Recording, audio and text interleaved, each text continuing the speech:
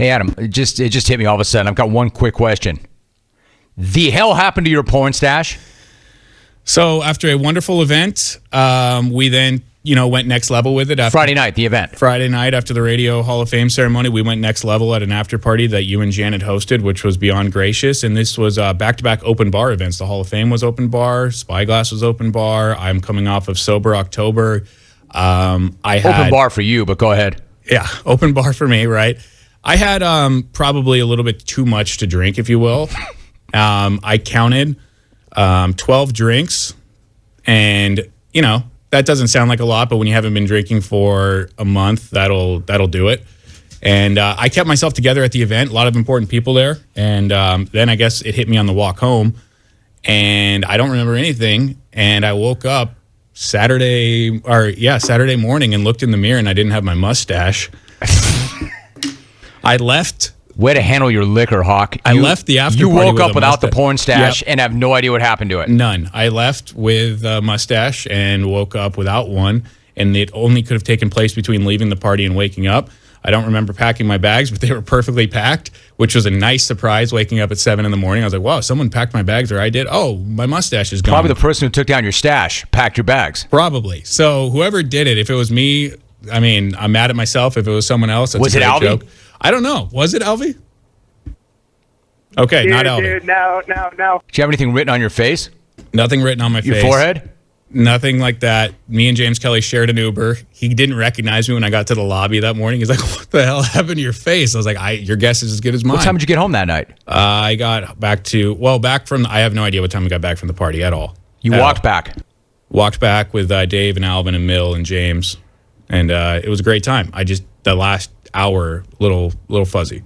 Wow, dude. So you lost your stash. When you walked through the door and the wife sees you sans porn stash, what was her reaction? Best thing I could have brought back was the clean-shaven face. She is so happy. She's over the moon, excited. She wants it in permanent retirement. I had no idea how bad she hated it until she's gone. She doesn't care how it went down, though. No, she wanted to make sure that I represented well, and I've asked everyone on crew, and they said I was fine. Did I say anything? Did I embarrass him? Yes. Am I going to get fired when we get back? Am I going to lose more than just my porn stash, my livelihood, my paycheck? I wondered all of that, and apparently I kept it together until Tony Bennett said he left his heart in San Francisco. I left my mustache in New York, and my wife That's is a stupid line, Hawk. Thank you. You're probably like, what the hell? What's he going to do? Fire me? He lost his jacket and his phone. What the hell is he going to say to me? I lost my stash. He lost his phone and his jacket. What's the guy going to say? What's he going to do?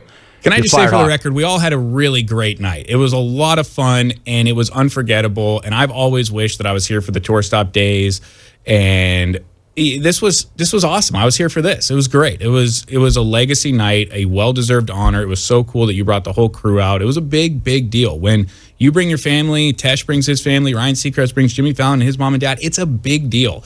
Craig put on a wonderful event, and I loved every minute of it up until I stopped remembering it. It was awesome. All right, so one more thought about that, because you are, and I said this as part of my speech, nobody loves radio the way you love radio.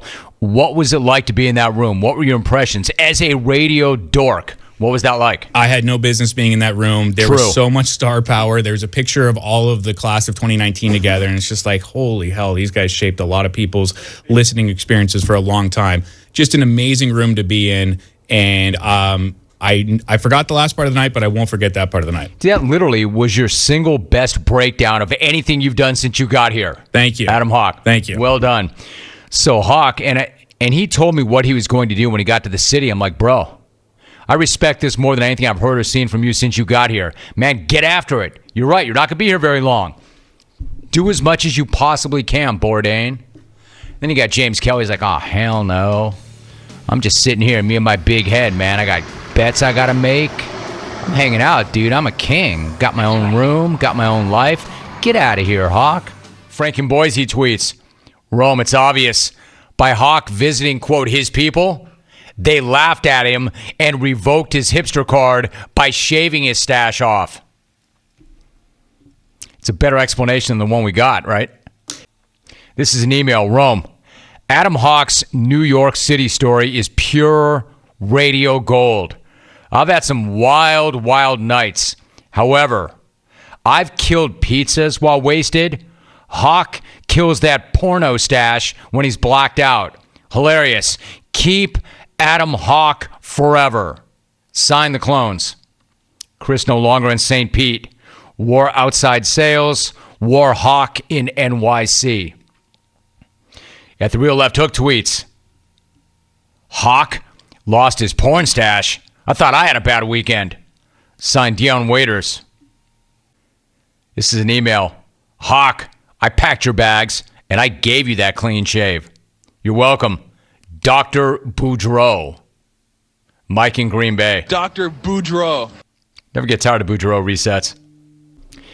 This was part of the speech that I made at the ceremony for the Hall of Fame.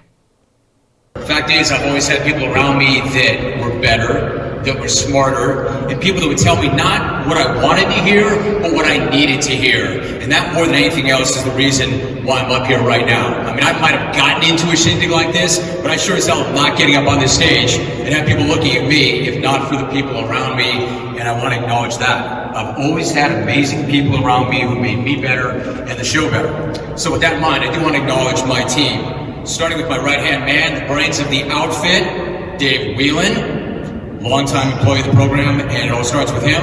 My EP, Adam Hawk. Adam Hawk loves radio. I don't know anybody who loves radio like Hawk. I want to talk about my technical producer, Alvin Deloro. He is a genius at what he does. The show would never sound the way it does without him. My gambling consultant, my digital content director, James Kelly.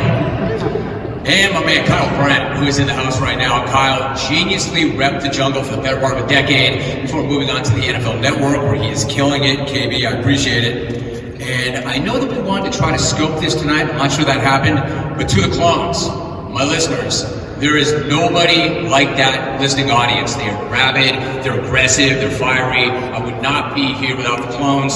Clones, this is for you. I love you very much. I wish I could have all of you in this room right now, because I wouldn't have this opportunity without you.